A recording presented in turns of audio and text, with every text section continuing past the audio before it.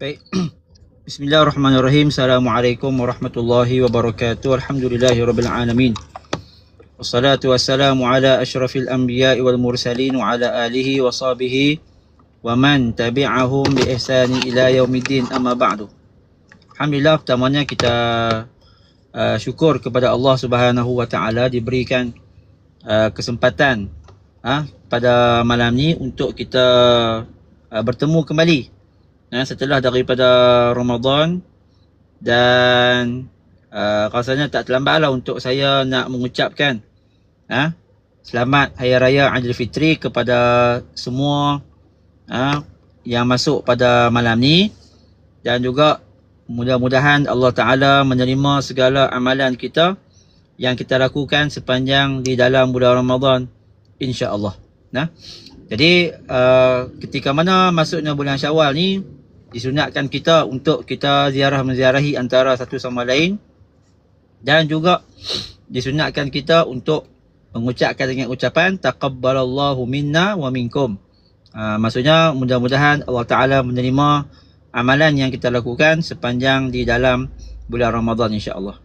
Tuan-tuan yang dirahmati oleh Allah Subhanahu wa taala sekalian, jadi insya-Allah pada malam ni kita nak bincang tentang satu isu, iaitu berkaitan dengan punca arak menyebabkan banyak kejahatan dan juga dosa yang dilakukan. Okey. Baik. Jadi kalau kita tengok baru-baru ni ada cerita berkaitan dengan keadaan yang berlaku dalam negara kita, iaitu kes kemalangan yang berlaku baru-baru ni, iaitu kita tengok ada satu orang mangsa, seorang lelaki yang kena langgak dengan kereta pemandu mabuk. Jadi kalau tengok dalam kejadian tu, kita pun kesian lah, kesian sangat-sangat. Dan juga kalau tengok pemandu yang mabuk tu dibawa dalam keadaan yang gelong, dilanggak kawan tu naik motor. Jadi melanting kawan yang meninggal tu, arwah yang meninggal tu, sampaikan berpusing-pusing. 3-4 kali dia berpusing.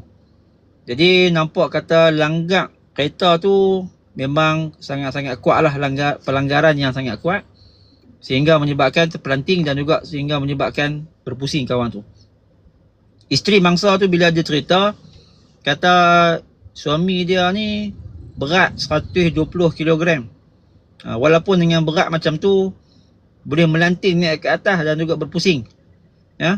Tapi mujurlah, jenazah tu dia jatuh atas kereta, okey sikit lah. Kalau jatuh kat tanah, jatuh kat atas, lagi teruk. Lagi teruk keadaan yang kena.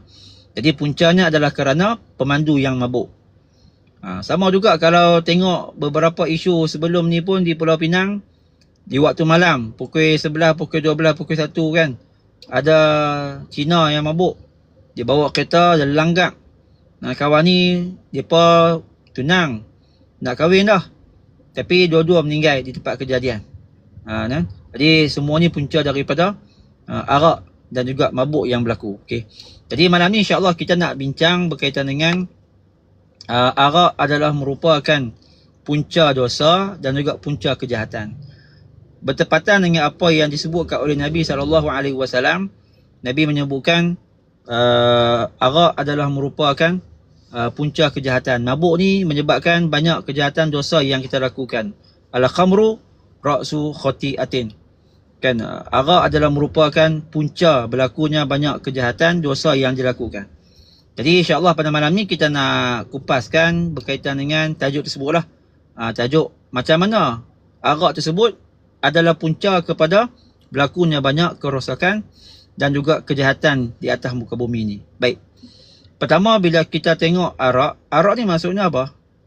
Arak ni dalam bahasa Arab disebutkan sebagai al-khamru. Khamru arak. Dan Nabi SAW menyebutkan kullu muskirin khamrun wa kullu khamrin haramun. Setiap yang memabukkan itu adalah arak, dan setiap arak itu hukumnya adalah haram. Saya ulang lagi sekali. Maksud sabda Nabi SAW, setiap perkara yang memabukkan, setiap sesuatu yang memabukkan itu dikira sebagai arak, dan hukum arak adalah haram, kata Rasulullah SAW. Jadi maksudnya apa-apa perkara sahaja yang bawa kepada mabuk, maka perkara tu dikira sebagai arak walaupun bukan nama arak. Kita ambil contoh, arak ni memang adalah lah, kan, dia adalah arak. Ada yang dinamakan sebagai wine, kan, wine, nama dia wine, tapi benda tu memabukkan, pun daripada kategori arak. Ada yang daripada perahan air beras, kan, air berah yang diperam, jadi menyebabkan kalau siapa minum mabuk, maka termasuk dalam kategori arak.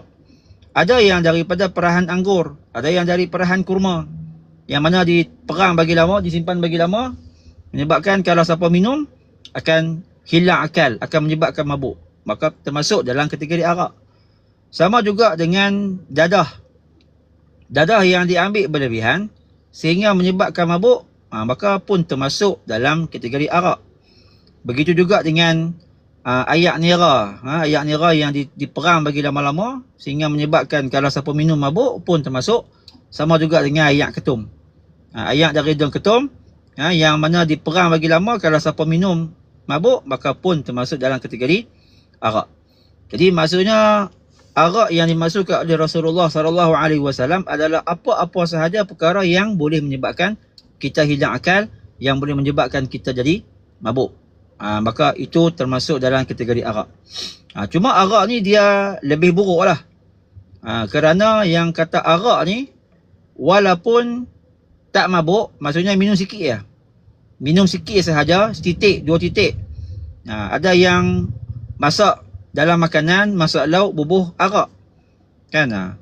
Jadi walaupun dia bubuh sikit, walaupun tak mabuk, maka yang kata nama arak tetap dikira sebagai hukum haram. Haram pasal apa? Haram kerana ia adalah arak.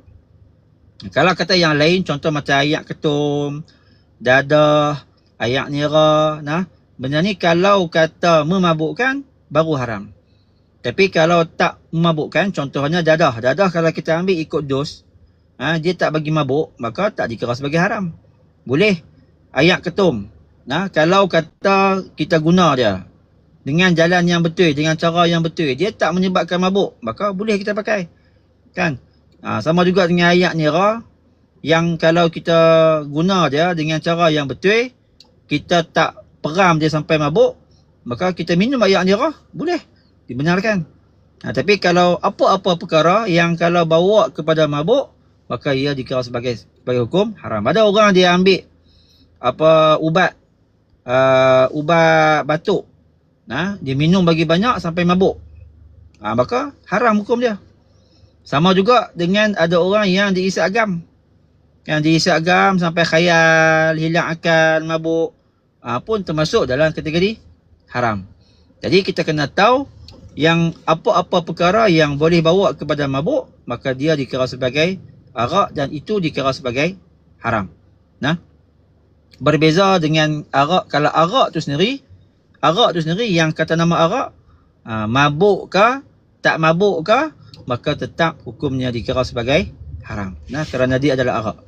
Jadi maksudnya di sini kita nak tengok arak dan juga punca kenapa ke arak tu diharamkan oleh syarak.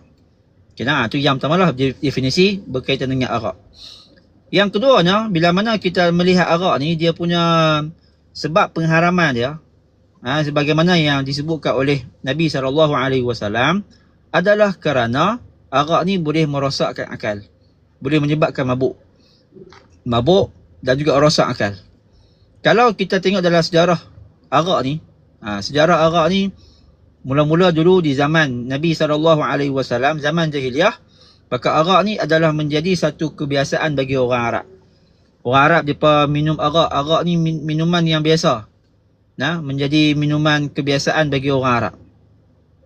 Dan juga kalau di setiap rumah orang Arab dulu ni, kalau tak ada arak, maka tak sah. Maka arak walaupun mabuk, tapi jadi minuman kebiasaan, minuman harian bagi orang Arab di zaman jahiliyah. Nama pun zaman jahiliyah, zaman kebodohan ketika waktu tu. Kemudian bila datang Rasulullah SAW, Nabi tak terus haramkan arak. Nabi tak terus hapuskan arak. Kenapa? Sebab Nabi SAW meraihkan hal keadaan umat setempat. Tengok keadaan umat setempat, maka Nabi meraihkan. Bila Nabi meraihkan, turun ayat Quran mengharamkan arak sikit-sikit. Bukan haram arak secara sekaligus, tapi diharamkan arak dalam keadaan yang sikit-sikit, pelan-pelan. Itulah menunjukkan bahawasanya rahmat yang ada pada agama Islam, rahmat yang ada pada pensyariatan. Sebab syariat turun memahami hal keadaan manusia, dan juga hukum tu datang pelan-pelan, sikit-sikit. Mula-mula ayat Quran yang cerita bab arak ni, ayat Quran yang mana menyebutkan bahawasanya arak ni ada kebaikan dan ada keburukan. Tuhan cerita arak ni dia ada kebaikan dan dia juga ada keburukan. Dan Tuhan cerita dalam Quran bahawasanya keburukan dia tu adalah lebih banyak daripada kebaikan. Keburukan lebih banyak daripada kebaikan, kata Allah Ta'ala. Tuhan tak sebut lagi hukum dia apa, haram ke, makruh ke, tak sebut lagi. Yang tu baru cerita kata arak ni lebih banyak buruk daripada kebaikan. Sebab nak bagi masyarakat Arab ketika tu faham berkaitan dengan hakikat arak. Kemudian lepas daripada tu, turun ayat Quran yang kedua yang menceritakan bahawasanya larangan untuk minum arak ketika mana dekat-dekat nak semayang. Umat Islam nak kena semayang sehari 5 kali, semayang yang wajib. Dan Allah Ta'ala melarang untuk minum arak kalau dekat-dekat nak semayang. Dekat-dekat nak semayang, maka dilarang untuk minum arak, tak dibenarkan. Tuhan sebut dalam Quran Karim, ya ayyuhallazina amanu la taqrabus salata wa antum sukara. Wahai orang-orang yang beriman, jangan kamu mendekati semayang ketika mana kamu mabuk. Jadi kalau siapa-siapa nak minum arak, boleh, tapi lepas semayang. Jangan minum sebelum semayang. Kalau minum sebelum semayang, maka akan menyebabkan semayang akan jadi gila lah. Bacaan semayang tak betul dan juga lain-lain. Jadi arak tu nak minum selepas daripada semayang. Jadi peringkat yang kedua. Kemudian peringkat yang ketiga, turut ayat Quran yang mengharamkan arak secara total, mengharamkan arak secara habis-habisan. Turut ayat Quran yang menceritakan bahawa arak ni termasuk di antara amalan-amalan syaitan. Arak ni termasuk di antara perbuatan yang buruk, dan kata Allah Subhanahu wa taala, fajtanibuhu, hendaklah kamu semua tinggalkan arak ni. Sebab arak adalah merupakan amalan syaitan. Dan Arab ketika tu, orang beriman ketika tu, bila turun ayat yang ketiga ni yang mengharamkan arak secara total, maka mereka pun membuang semua arak-arak yang mereka simpan. Dalam bekas tong yang simpan arak tu semua dipecahkan. Kerana taat dan patuh kepada perintah Allah Subhanahu wa taala. Dan arak jadi haram sampailah ke zaman kita yang ada pada hari ni. Dan hakikat sebenarnya arak tu haram bukan takat agama kita dah, tetapi agama-agama yang lain pun bila melihat kepada arak, kesan dia, maka akan menyebabkan agama lain pun menyebutkan bahawa arak ni adalah haram dan tak baik untuk kesihatan kita, tak baik untuk otak kita. Tuan-tuan yang dirahmati oleh Allah Subhanahu wa taala sekalian, kita ni umat Islam, kita ni umat manusia, maka kita ni ada dua unsur yang besar. Pertama, manusia ni dia ada unsur akal. Yang kedua, dia ada unsur emosi. Maka bila mana manusia ada makhluk yang hanya ada akal sahaja tanpa ada emosi, itu bukan manusia. Makhluk yang ada akal sahaja tanpa emosi iaitu malaikat. Malaikat ni dia tak ada emosi, dia tak ada perasaan. Sebab tu malaikat tak makan, malaikat tak minum, malaikat tak tidur. Sebab malaikat hanya ada akal sahaja. Malaikat hanya buat ibadat kepada Allah Subhanahu wa taala. Ada juga makhluk yang hanya ada perasaan emosi tapi tak ada akal, iaitu binatang. Binatang ni dia ada emosi. Dia makan, dia minum, dia mengawan, dan lain-lain. Jadi tapi akal tak ada. Bila akal tak ada, maka binatang tidak termasuk dalam kategori mukallaf. Maksudnya Allah Ta'ala tak beri hukum kepada binatang. Binatang tak diwajibkan semayang, binatang tidak ada tanggungjawab, binatang tak akan dipersoalkan, sebab mereka tidak ada akal. Tapi kita manusia ni, kita ni bukan malaikat dan kita bukan binatang. Tapi kita ni manusia, kita ada akal dan kita juga ada perasaan emosi kita. Maka sebab tu kita kena jaga perasaan emosi kita dan juga kita kena jaga akal kita. Kedua-dua ni perkara penting. Gabungan di antara akal dan juga emosi. Nah, jadi sebab tu datang Islam sebagai agama fitrah, dan Islam ni amat-amat menjaga akal kepada umat manusia dan juga amat-amat menjaga emosi kepada umat manusia. Sebab tu siapa yang ikut Al-Quran, siapa yang ikut Nabi, siapa yang ikut Islam, maka dia akan bahagia dan juga aman di dunia dan juga di akhirat. Okay, nah? Jadi unsur yang penting bagi manusia adalah akal. Sebab tu akal nak kena jaga bagi elok. Dan sebab tu Islam mengatakan apa-apa perkara yang boleh merosakkan akal, yang boleh memabukkan, maka perkara tu dilarang dalam Islam dan perkara tu diharamkan oleh Allah Subhanahu Wa Taala. Sebab apa? Sebab nak jaga akal. Kan? Jadi kerana seseorang bila mana ada akal, maka dia jadi seorang yang mukallaf. Dia akan dimuliakan oleh Allah Subhanahu Wa Taala bila mana ada akal. Tapi kalau tidak ada akal, maka dia tu macam binatang. Binatang tak ada akal.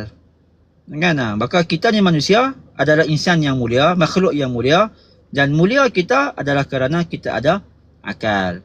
Maka sebab itulah kita nak kena jaga akal kita ni bagi elok, dan apa-apa perkara yang boleh menyebabkan hilangnya akal, mabuk, gila, perkara tu kita kena elakkan. Okey?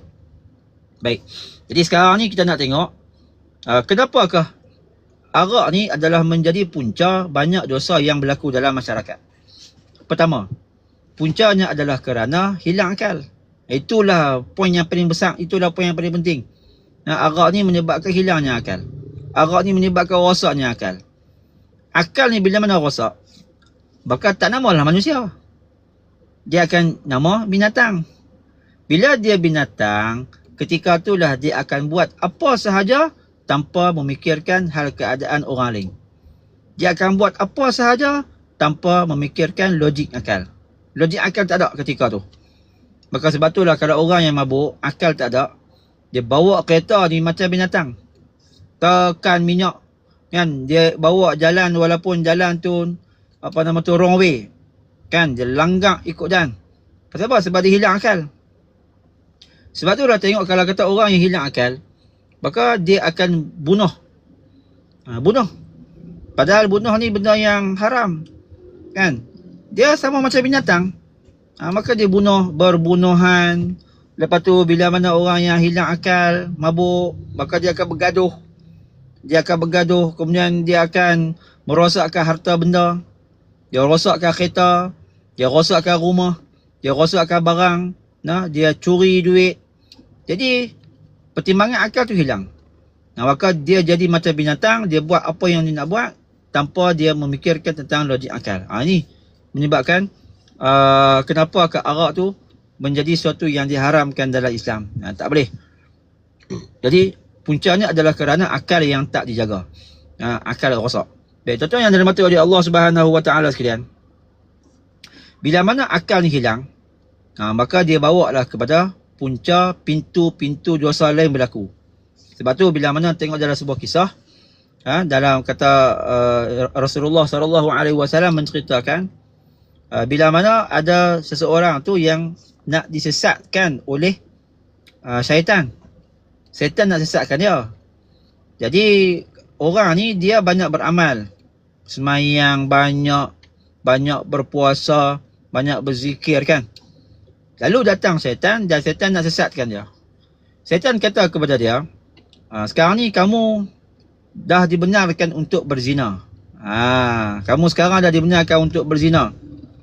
Kenapa? Sebab maqam kamu, level kamu dah tinggi. Kamu banyak semayang, kamu banyak baca Quran.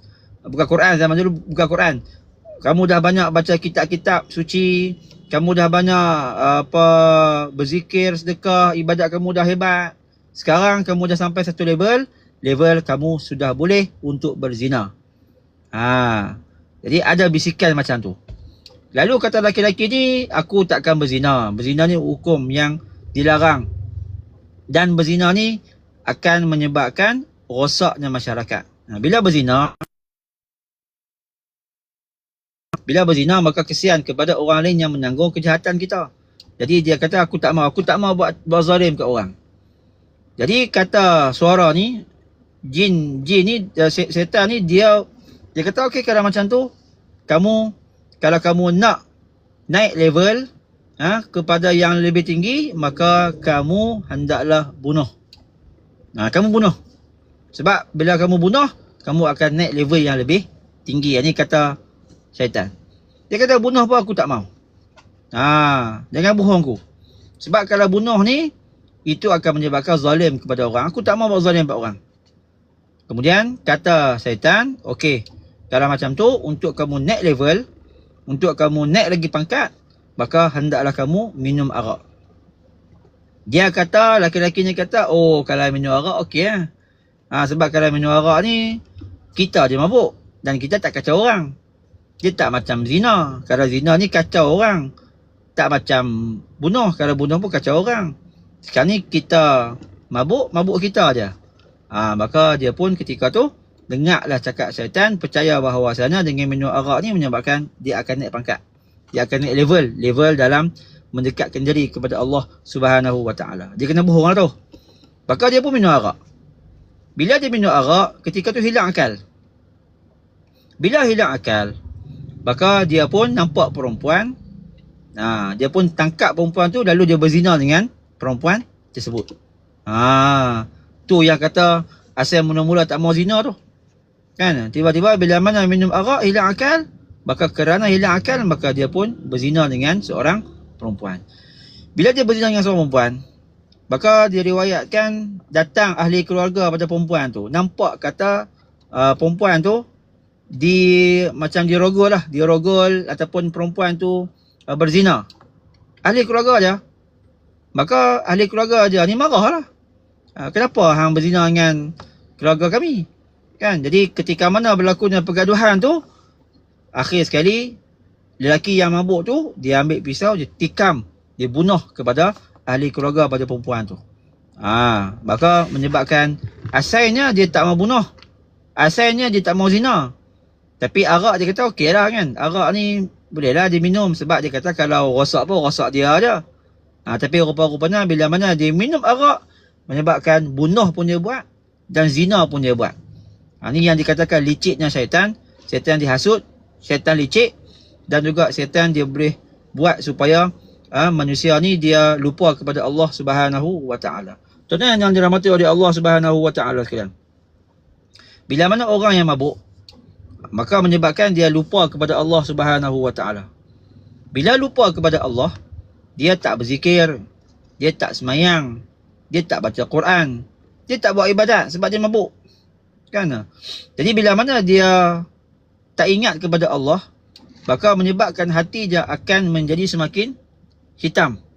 Bila hati semakin hitam, sebab hati kita ni dia asalnya putih. Tapi bila mana dosa yang kita lakukan, dia akan jadi semakin hitam.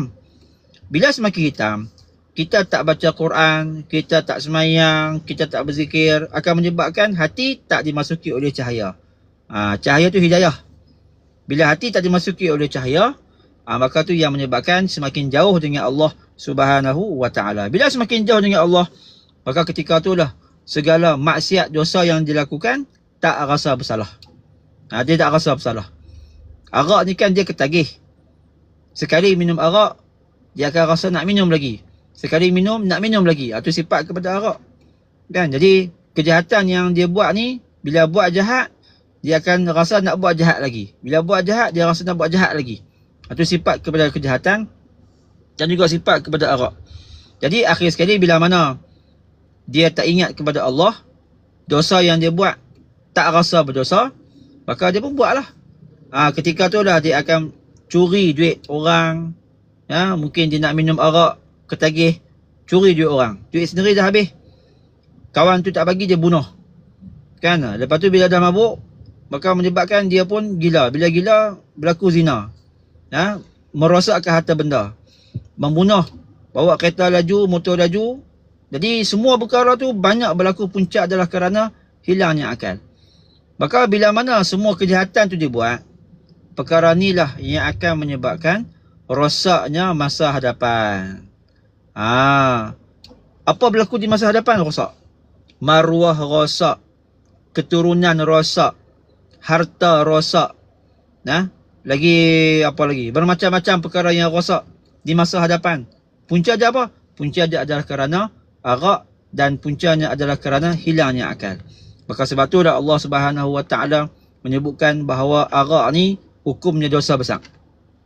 Bahkan kalau dalam Islam, siapa yang minum arak, maka dikenakan hukum sebat di belakang dia.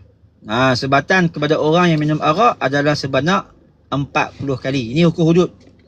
Hukum dalam Islam, kalau kawan tu minum arak, dan memang jelas kata dia minum arak, dalam keadaan dia tahu kata arak ni hukumnya haram, tapi dia minum juga, dia tahu kata arak ni memabukkan, dia minum juga dengan sengaja, dalam hukum Islam, maka lelaki ni dikenakan hukum di belakangnya sebanyak 40 kali sebatan.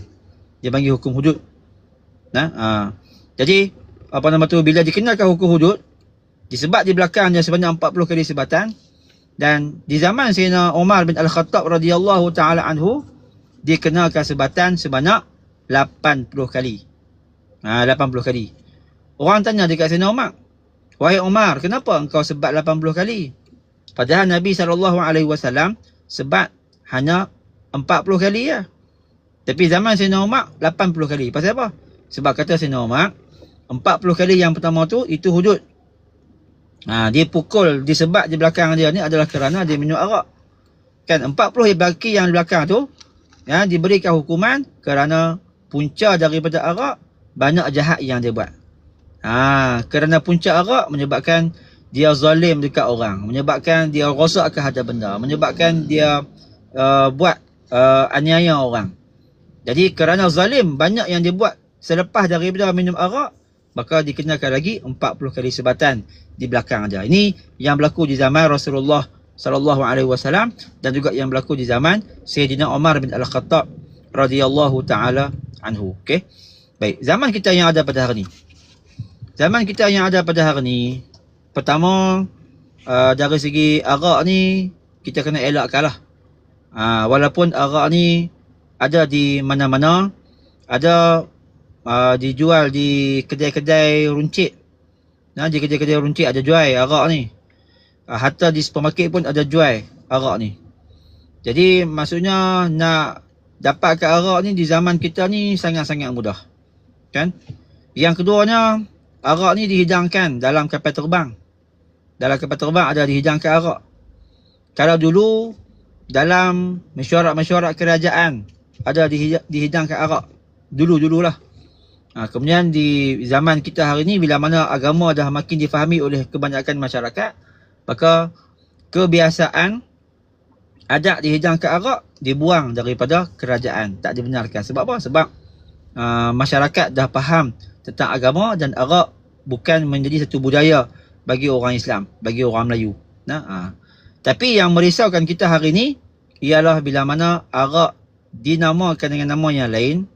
Dan yang keduanya, minuman-minuman arak ni dijual dengan murah dan juga dikhususkan kepada anak-anak kecil, anak-anak muda. Kalau pergi di kedai tengok nampak macam minuman biasa, rupa-rupanya minuman tu adalah minuman yang memabukkan dan minuman tu adalah minuman arak. Kan? Ada kadang-kadang yang dijual di kedai-kedai, benda tu dia buat botol tu macam botol arak. Ayak tu ayak biasa. Ayak tu bukan ayak arak. Tapi botol tu dibuat macam botol arak. Maka bila mana orang beli, kan, budak-budak beli, dia tunggang botol tu macam gaya minum arak. Padahal dia tu bukan arak. Dia tu minuman biasa. Tapi gaya tunggang tu macam minum arak. Kalau orang tanya apa hukum? Air yang biasa, air kosong, tapi minum tu dengan cara gaya macam minum arak. Apa hukumnya? Haram jawapan dia. Tak dibenarkan, haram. Jadi minum arak tu haram. Gaya dan cara nak tayang kat orang kata minum arak pun perbuatan tu diharamkan oleh syarak. Tak boleh. Tapi yang kata sebahagian anak muda pada hari ni, umur belasan tahun, ada yang umur sekolah rendah, pergi di kedai, beli botol tu, buat gaya macam minum arak.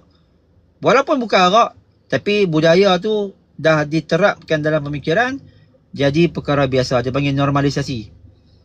Jadi normalisasi di kalangan anak-anak muda ni dengan arak macam biasa. macam biasa. Sebab tu kalau kita yang ada pada malam ni, kita kena pantau, tengok kepada anak-anak kita, masyarakat kita, cucu kita, tengok dan kita kena ambil tahu tentang macam mana arak yang dijual dekat kedai-kedai ni.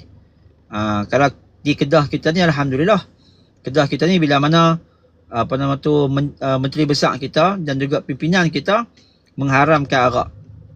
Dan juga mana-mana kedai yang jual arak ni perlu menghormati kepada umat Islam. Maksudnya tak dibenarkan untuk jual dalam keadaan yang terang-terang. Di supermarket pun kalau nak jual arak boleh, tapi jauh-jauh, di hujung-hujung. Jadi kalau kata di kedai pun tak boleh jual depan-depan. Sebab kita dekat dalam Kedah kita ni, kebanyakan ialah Melayu Islam. Bila Melayu Islam, dia ada budaya dia dan dia ada dia punya sensitiviti pada agama.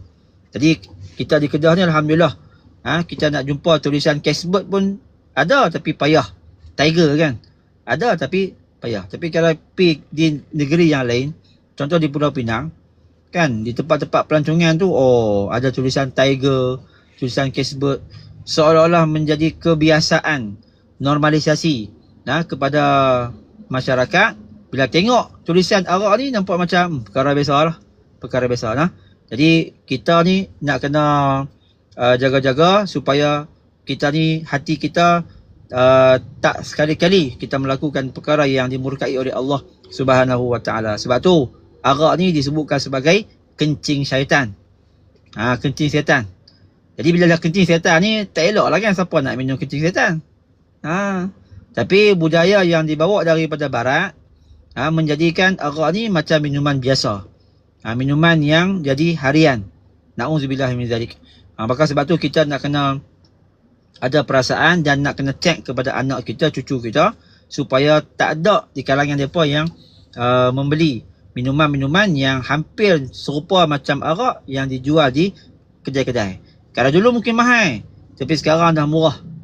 Orang boleh buat murah. Minum gaya macam arak, dan juga ada yang minum menyebabkan jadi mabuk dan hilang akal. Jadi itu punca kenapa arak dosa besar, dan itu punca kenapa arak menyebabkan banyak kejahatan-kejahatan yang berlaku dalam kalangan masyarakat. Jadi insya-Allah saya dekat dulu untuk kita punya perbincangan kita pada malam ni, dan kita buka kalau kata ada persoalan berkaitan dengan arak ni, isu semasa ke ataupun yang berkaitan dengan hukum hakam ke, mudah-mudahan insya-Allah kita akan cuba jawablah kalau apa yang dah kita pun tahu tentang perkara tu. Wallahu Subhanahu Wa Taala alam. Alhamdulillah Ustaz. Okey, siapa yang nak tanya soalan boleh nak video call ataupun komen. So saya ada tengok Ustaz, ada satu soalan. Ustaz dengar kan? Okey. Ya. Satu soalan berkenaan dengan kalau dia ni kerja dia kutip tin tau. Tin minuman. So ada tin minuman macam Carlsberg, Tiger, beer apa semua tu. So dia jual tin tersebut yang dia gunakan sebagai dia punya sumber pendapatan untuk beli makan ke apa ke, boleh tak Ustaz? Baik. Jadi dia pergi di sampah-sampah kan, di tong sampah ataupun di tempat-tempat pembuangan sampah lah. Dia kutip tin-tin. Dan tin yang dia buang tu dia bukan arak. Itu adalah tin minuman. Tin minuman. Jadi arak dah tak ada, arak dah diminum. Mungkin tin tu dah kering ataupun mungkin tin tu dah tak digunakan lagi. Maka dia guna tin tu, tin yang dia buang, dan dia jual tin tu. Maka jualan dia tu adalah dibenarkan oleh syarak, dan hasil daripada jualan dia tu boleh digunakan untuk dia nak makan ke, nak minum ke, dan dikira sebagai halal.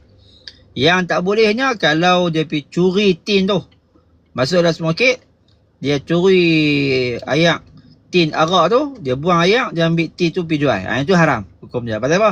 Sebab tin tu bukan tin yang dibuang, tapi tin tu tin yang masih dijual. Tapi kalau tin yang dah dibuang, tin yang dah tak digunakan lagi, dia ambil, dia kumpul dan dia jual, maka boleh dan dibenarkan oleh syarak. Wallahualam.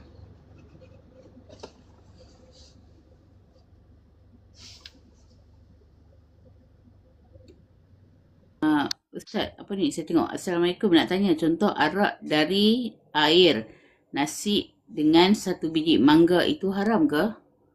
Alamak, nasi dengan sebiji mangga tu haram ke? Maksud apa tu?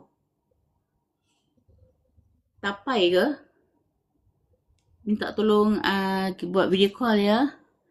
Okey, ada yang request untuk buat.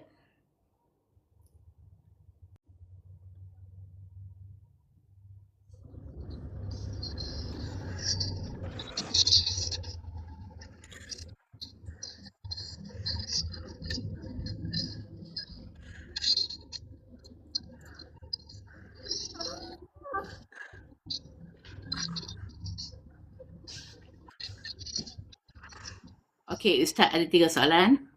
Ya. Okey, baik. Okey. Assalamualaikum warahmatullahi wabarakatuh, Ustaz dan jurubahasa. Okey, yang pertama saya nak bertanyakan tentang arak. Okey, jadi sebelum sebelum datangnya Islam, jadi arak tu memang dibenarkan. Okey.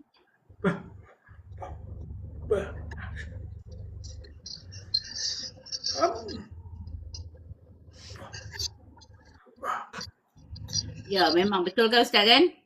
Ya, betul. Betul.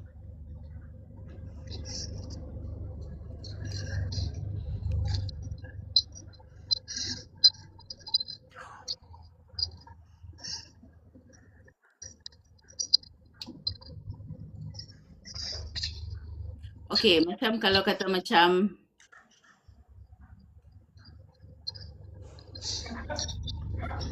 okey, sebagai contoh kalau kata macam okey, saya ni Grab driver, okey. Jadi orang tu order, okey, macam minuman keras. So saya hantar. Jadi haram ke? Okey, dan last sekali, soalan yang last sekali.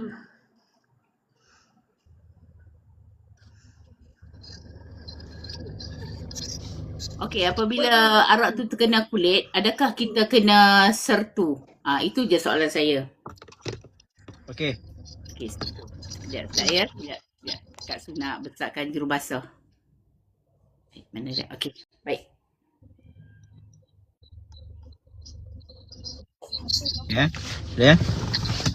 Baik, kalau kata ada orang yang order Grab lah kan, Grab dia order untuk arak. Kita ni tukang beli dan kita tukang hantar. Adakah kita pun termasuk dalam dosa yang diharamkan? Jawapannya ya. Bagi arak ni ada 10 individu yang diharamkan di keliling arak. Maksudnya arak ni bukan haram pada peminum ya, tapi juga haram kepada orang yang membeli arak, tukang beli. Dia tak minum, dia tukang beli ya. Dia haram. Juga termasuk dengan orang yang tukang hidang. Dia tak minum pun, dia tukang layan, tukang hidang pun termasuk dalam perkara yang diharamkan. Kan? Ataupun kawan tu dia tukang tuang. Dia tuang air arak pun diharamkan. Jadi apa sahaja perkara yang terkait dengan arak ni, maka semuanya diharamkan oleh Allah Subhanahu Wa Taala. Oleh itu kalau kita ada orang order Grab arak, maka janganlah kita pergi ambil. Dan dalam senarai kita pun pilih-pilih lah kan. Tengok-tengok ada orang tempah arak. Jangan kita pergi ambil tempahan tu. Kena tengok dan kena perhati. Kita ni janganlah mencari rezeki semua kita nak balun. Sekali dengan halal haram tak kira semua nak ambil. Tak boleh. Jadi kita ni dalam mencari rezeki, maka carilah rezeki yang Allah Ta'ala halalkan. Jangan cari rezeki daripada perkara yang diharamkan oleh Allah Subhanahu Wa Taala. Di soalan yang kedua tu kata adakah Grab tolong beli arak tu diharamkan? Jawapannya ya. Diharamkan. Soalan ketiga dia apa? Soalan ketiga. Kalau kata arak tu tumpah dekat kulit, dekat tangan. Kalau arak tu tumpah di tangan, adakah nak kena sertu tangan tu? Jawapannya tak perlu. Arak kalau tumpah kena kat tangan ataupun kena kat baju, hanya kita basuh sahaja. Basuh sehingga hilang bau, hilang warna dan juga hilang rasa. Basuh macam biasa lah. Arak ni dia punya hukum dia macam terkena air kencing. Kalau kena air kencing dekat tangan kita, di kaki kita ke, ataupun kena kat baju, maka diwajibkan kita untuk basuh. Kan? Sebab air kencing tu najis. Sama lah macam hukum arak. Arak ni benda yang memabukkan. Maka perkara yang memabukkan dan benda tu dia cair, dihukumkan macam najis. Kita hanya cuci macam biasa sahaja. Tak perlu sampai nak guna air tanah, tak payah. Yang guna air tanah ni hanya kepada anjing dan babi sahaja. Wallahualam. Okey, baik. Alhamdulillah. Ada soalan kita berkaitan dengan arak?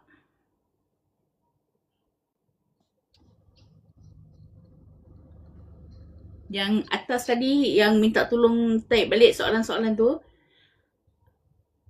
Ada kawan pernah minum sikit sebab nak cuba.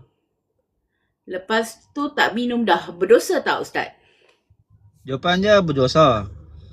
Dia bukan kira sikit ke banyak. Kan? Sekarang ni bila dia tahu kata benda tu arak dan dia tahu kata hukum dia haram, maka dia kena tinggalkan sebolehnya. Tinggalkan sedaya upaya. Jangan dia cuba-cuba. Benda haram ni nak cuba-cuba pun tak boleh. Nak try pun tak boleh. Jadi tahu kata yang tu arak dan tahu kata yang tu perkara yang diharamkan, maka kena tinggalkan. Jangan. Jadi maksudnya kalau kawan tu dia dah buat dan lepas tu dia tak mau dah, okeylah kan. Dan dia kena bertaubat kepada Allah Subhanahu Wa Taala. Bertaubat. Dan taubat maksudnya dia tak mau buat dah dan dia tak mau rasa dan dia tak mau nak ulang lagi dah kesalahan cuba-cuba untuk buat benda yang haram ni. Wallahu alam. Ada soalan yang lain-lain?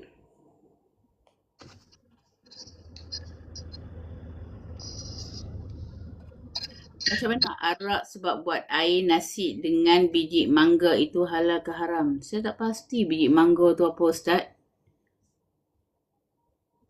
Okey, perihal minuman minum air macam mana Kak Ma? Sorry. Kan biasa kan kita makan pulut dengan mangga. Betul tak? Rasanya tapai lah tu. Mungkin tapai kot. Tapai macam. Okey, kalau kata ayak nasi dengan mangga, soalan dia adakah benda tu memabukkan? Dia cerita mabuk ya. Kalau kata ayak tapai ataupun ayak nasi itu tak bagi mabuk, maka tak diharamkan dan tak dikira sebagai arak. Tapi kalau kata ayak nasi itu kita peram-peram bagi lama-lama dan kalau makan minum dia menyebabkan kita mabuk, maka kerana mabuk, maka perkara tu diharamkan oleh syarak. Tak boleh. Sama lah macam ayak berah. Kita ambil berah, kita ambil ayak, lepas tu kita peram ayak berah tu, kan? Maka bila peram lama-lama, bila minum ayak tu mabuk, maka dia dikira sebagai arak dan diharamkan oleh syarak. Tu tak boleh. Jadi kalau kata ayak tapai, dan juga kita makan dengan mangga, perkara tu tak mabuk, maka boleh dibenarkan oleh syarak. Okey.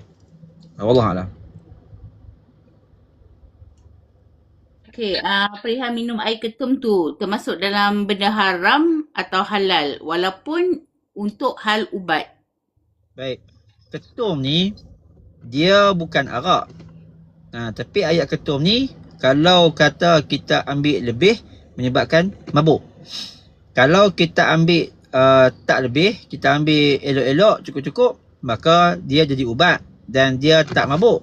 Maka kalau kita ambil ikut dos yang dibenarkan dan tak sampai kepada mabuk, hukumnya harus. Boleh.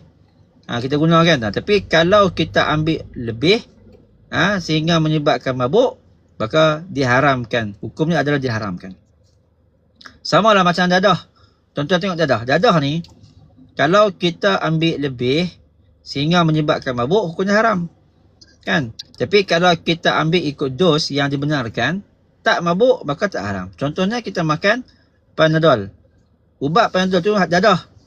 Kan? Ubat tahan sakit, dia dadah. Jadi yang tu kalau kata kita ambil ikut dos yang dibenarkan, tak mabuk, maka hukumnya harus. Tapi kalau kita ambil lebih dos sehingga menyebabkan mabuk, hukumnya haram. Maka sama lah macam ketum. Hukum yang sama lah. Wallahualam.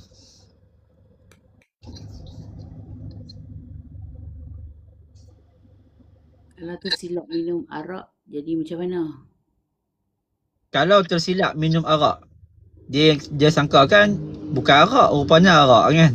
Dia kan yang teh. Minum-minum rupanya arak, mabuk. Maka dimaafkan oleh syarak. Sebab dia tak sengaja. Perkara yang tak disengajakan, dimaafkan oleh syarak. Tapi kalau kata dia sengaja, dia tahu kata yang tu arak, sengaja minum, walaupun tak mabuk, hukumnya haram. Nah, wallahualam.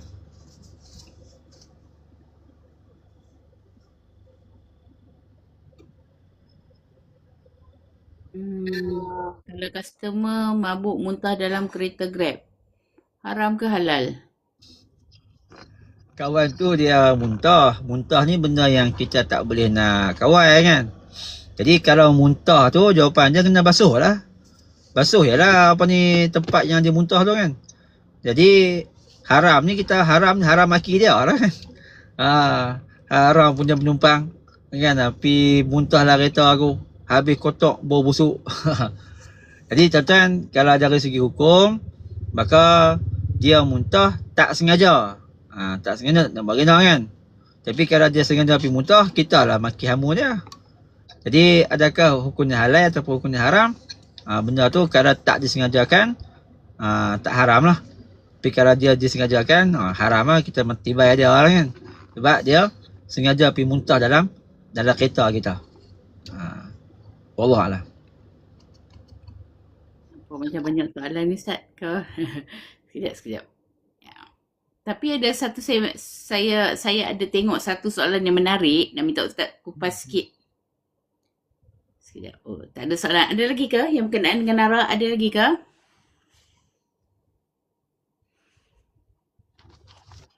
Maafkan. Assalamualaikum. Waalaikumsalam.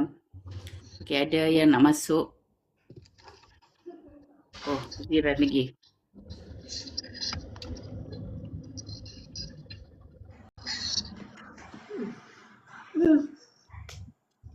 Okey, ada penambahan soalan. Ada 2.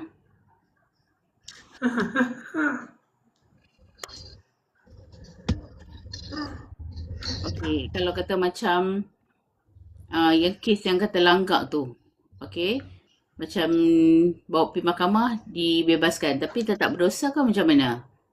Sebab tak adil lah kalau kata dah langgar tu dah mati kan. Tapi undang-undang kira tak setimpal apa yang diberikan.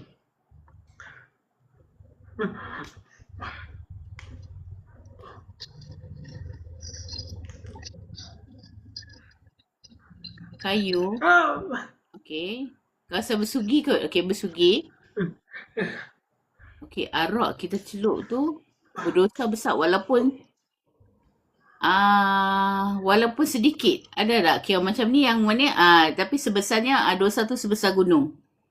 Okey. Pertama pasal isu yang kena langgar dengan kereta tu kan, kena kereta nak motor tu. Jadi yang langgar tu katanya bukan Islam, yang langgar tu India. Kan India yang langgar. Jadi soalan dia, adakah hukum dia berdosa? Jawapannya ya, berdosa.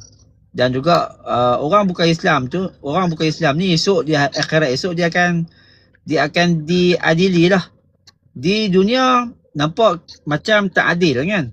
Kawan tu hanya penjara ya, kawan ni sampai hilang nyawa. Kan? Jadi di akhirat esok maka akan diadili. Walaupun dia bukan Islam, maka tetap akan dituntut ketika mana pada hari akhirat esok. Dan akan dituntut. Dan juga sebab tu kalau ikutkan kepada hukum Islam, dalam bab bunuh ni, bila kawan tu dia bawa kereta dengan keadaan mabuk, langgar sampai mati, dan ia termasuk dalam kategori membunuh. Ikut hukum konvensional, maka India tu yang langgar tu hanya dipenjarakan sahaja. Dan juga tidak ada apa-apa pampasan untuk keluarga si mati. Kan? Ini hukum yang ada pada hari ni. Tapi dalam Islam, kalau ikutkan kepada hukum Islam, laki-laki itu dikenakan hukum qisas. Qisas ni maksudnya dia kena bunuh balah. Nyawa dibalas dengan nyawa. Sebab dia memandu dalam keadaan yang sangat laju, seolah-olah macam bunuh dengan sengaja. Dan kalau dia dimaafkan oleh keluarga si mati, dimaafkan, maka tetap juga laki-laki India tu kena bayar diat. Diat ni iaitu sebanyak 100 ekor unta kepada keluarga si mati. Kalau 100 ekor unta ni, kita bayangkan seekor unta harga 7,000. Seekor unta harga 7,000 kali dengan 100, maka bersama dengan 700,000. Itu bayaran pampasan yang langgak bagi mati tu, dia kena bayar 700,000 kepada keluarga si mati. Tu hukum Islam yang sebenar. Kalau lah kena bayar 700,000, kita kata okey lah kan. Keluarga si mati tu kira okey lah. Terbela lah nasib dia tu. Tapi bila keadaan berlaku yang macam hari ni, hukum yang kita sedia ada ni, maka nampak nasib kepada keluarga si mati macam tak terbela. Kawan yang membunuh tu pula bawa mabuk langgak sampai mati, dia pula hanya penjara sahaja. Ini dikatakan hukum dunia ni macam tu lah. Tapi kita ni orang Islam, kita kena banyak bersabar kerana adil yang sebenarnya nanti pada hari akhirat esok. Itulah keadilan yang sebenar daripada Allah Subhanahu Wa Taala. Okey. Kemudian soalan yang kedua tadi, apa soalan kedua ni? Yang kedua tadi apa Aziran? Yang kata dia bagi tahu kata tu, yang apa ni, yang walaupun setitik tu kira dosa tu sebesar gunung. Okey. Kalau kata dia ambil arak walaupun setitik sikit ya kan, tengok kepada niat dia. Kalau niat dia sengaja nak tunjuk, sengaja, dia tahu kata hukumnya haram, dia tahu kata dosa, tapi sengaja, ego kan, sengaja, maka perbuatan sengaja tu dipanggil bermain-main dengan dosa, maka hukumnya besar. Tapi kalau kata dia minum arak sedikit dan macam kes tadi, dia tak tahu kata tu arak, dia ingatkan yang teh, rupa-rupanya arak, maka dia minum dalam keadaan tak tahu, dalam keadaan jahil, maka dimaafkan oleh syarak, baginya tak ada dosa sebab tak sengaja. Maka sebab tu kita kata dalam perkara yang dosa ni, kalau kita tahu kata perkara tu dosa, jangan buat main-main. Jangan buat cuba-cuba. Cuba-cuba pun jangan, main-main pun jangan. Okey, wallahualam. Okey, Ustaz.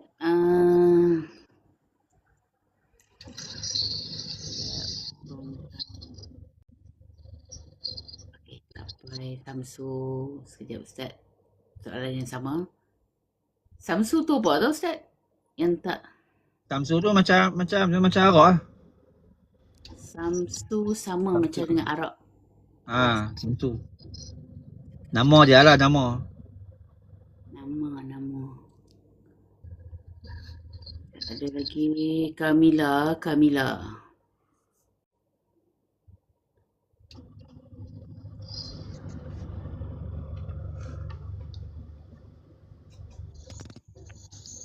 Suami malas solat, lepak banyak, minum arak, isteri boleh minta cerai? Yang ni apa, suami tak bertanggungjawab kan. Semayang pun tidak, lepas tu minum arak, lepak dengan kawan. Jadi suami yang tak bertanggungjawab. Soalan dia, adakah boleh isteri minta cerai? Jadi isteri tu kalau dah bagi teguran, tegur kali pertama suami tak dengar, tegur kali kedua tak dengar, bagi peluang, maka semua diabaikan oleh suami. Suami tak kisah kan, walaupun diberi peluang pun tak berubah, maka sampai satu peringkat boleh pada isteri untuk minta cerai. Tapi kalau suami mungkin ini baru kali pertama dia minum arak, baru kali pertama dia tak semayang, maka mula-mula tegur dulu. Tegur dulu, bimbing suami. Biasa suami bimbing isteri kan, tapi sekarang ni suami yang tersasar, kita isteri yang nak kena bimbing suami. Sebab ni mungkin kali yang pertama, kali kedua tegur dulu. Tapi kalau dah berkali-kali tegur, dah berkali-kali bagi peluang, tak berubah juga, maka boleh untuk isteri minta cerai daripada suami. Wallahualam. Ni nama apa tak? Kamila. Okey ke? Sekarang pukul berapa? Okey, sekejap. Kalau tak ni, okey. Tadi saya ada tertarik dengan soalan Ustaz. Yang berkenaan, yang bertanyakan tentang sekarang situasi yang kita berperang ni. Kita berperang, jadi kalau ikut hadis Nabi, ada tak yang ceritakan tentang perkara ni? Boleh tak Ustaz kupas sikit? Baik. Cerita perang ni di antara Iran, Amerika dan Israel ni, kalau ikut adalah hadis Nabi SAW, Nabi tidak sebut secara khusus, tetapi Nabi sebut secara umum. Umumnya macam ni. Nabi kata nanti di akhir zaman akan berlaku banyak perang. Nabi kata banyak perang yang berlaku. Maka ketika mana berlakunya banyak perang hari ni, dan kita melihat memang berlaku perang. Perang di antara Amerika dengan Israel. Berlaku di antara perang di antara Amerika dengan Iran, dengan Iraq, dan dengan Afghanistan. Banyak perang. Jadi bila mana banyak berlaku perang, itulah di antara tanda-tanda berlakunya hari kiamat. Dan perang ni akan berlaku dan sehingga ke peringkat, maksudnya nanti tak ada lagi pengadilan. Berlaku perang dan tak ada keadilan. Bila tidak ada keadilan, ketika itulah Allah Ta'ala akan mengangkat Imam Al-Mahdi. Maka Imam Mahdi akan memimpin umat Islam, dan ketika itulah Imam Mahdi akan berikan keadilan kepada umat dunia. Jadi zaman Imam Mahdi tu tak tahu bila tu, tak tahulah zaman bila kan. Tapi sebelum berlakunya Imam Mahdi, sebelum keluarnya Imam Mahdi ni, bakal akan berlaku huru-hara dia dalam dunia kita ni, iaitu berlakunya banyak perang. Wallahu a'lam.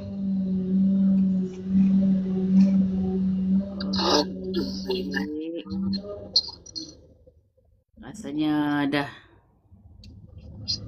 sekejap. Dah banyak sampai saya tak sempat nak baca. Okey, ada ke? Last satu soalan je, last satu soalan je, last.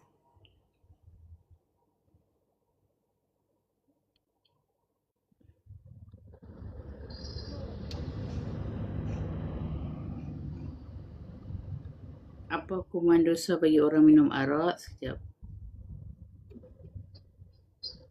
Adakah soalan-soalan lain?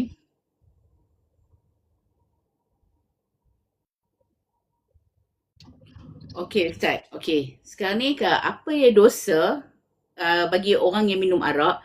Dan kita tahu nanti, kita sekarang di dunia ni memang diuji. Kita tak boleh minum arak. Nanti di syurga nanti kita boleh minum arak. Jadi boleh tak Ustaz terangkan? Okey. Pertama, di dunia ni kita diharamkan untuk minum arak sebab arak tu memabukkan dan arak tu merosakkan akal. Di dunia kalau siapa minum arak maka dikenakan hukum, iaitu sebat di belakang sebanyak 40 kali. Supaya dia insaf dan juga dia bertaubat kepada Allah Ta'ala. Di akhirat esok kalau siapa-siapa yang minum arak, maka nanti akan diberikan minum cecair yang panas daripada neraka.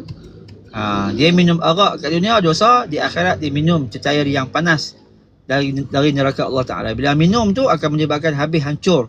Dia punya mulut, dia lidah, dia tengkuk habis. Akan binasa, akan hancur. Tapi hancur di akhirat esok, hancur jadi elok balik. Hancur jadi elok balik. Bila elok balik, minum kali kedua. Lepas tu elok balik, minum kali ketiga. Itu dah berulang kali dia buat. Kata Allah, supaya dia betul-betul merasai azab pedih dalam neraka Allah Subhanahu Wa Taala. Okey, itu dua. Kemudian soalan yang ditanya tadi tentang di akhirat, dalam syurga Allah Subhanahu Wa Taala, Allah Taala sediakan arak untuk orang yang beriman. Tapi arak di dalam syurga bukanlah arak yang memabukkan. Dia adalah merupakan minuman yang sangat-sangat menyegarkan. Minuman yang sangat-sangat seronok. Maka arak dalam syurga ni dia datang dari sungai. Sungai arak. Ada sungai susu, ada sungai madu dan juga ada sungai arak. Minuman daripada sungai arak ni dia tidak mabuk. Tapi dia adalah air yang sangat aman dan sangat menyegarkan. Bila minum, maka akan rasa selesa, akan rasa baik. Ini adalah minuman yang disediakan oleh Allah Subhanahu Wa Taala dalam syurga.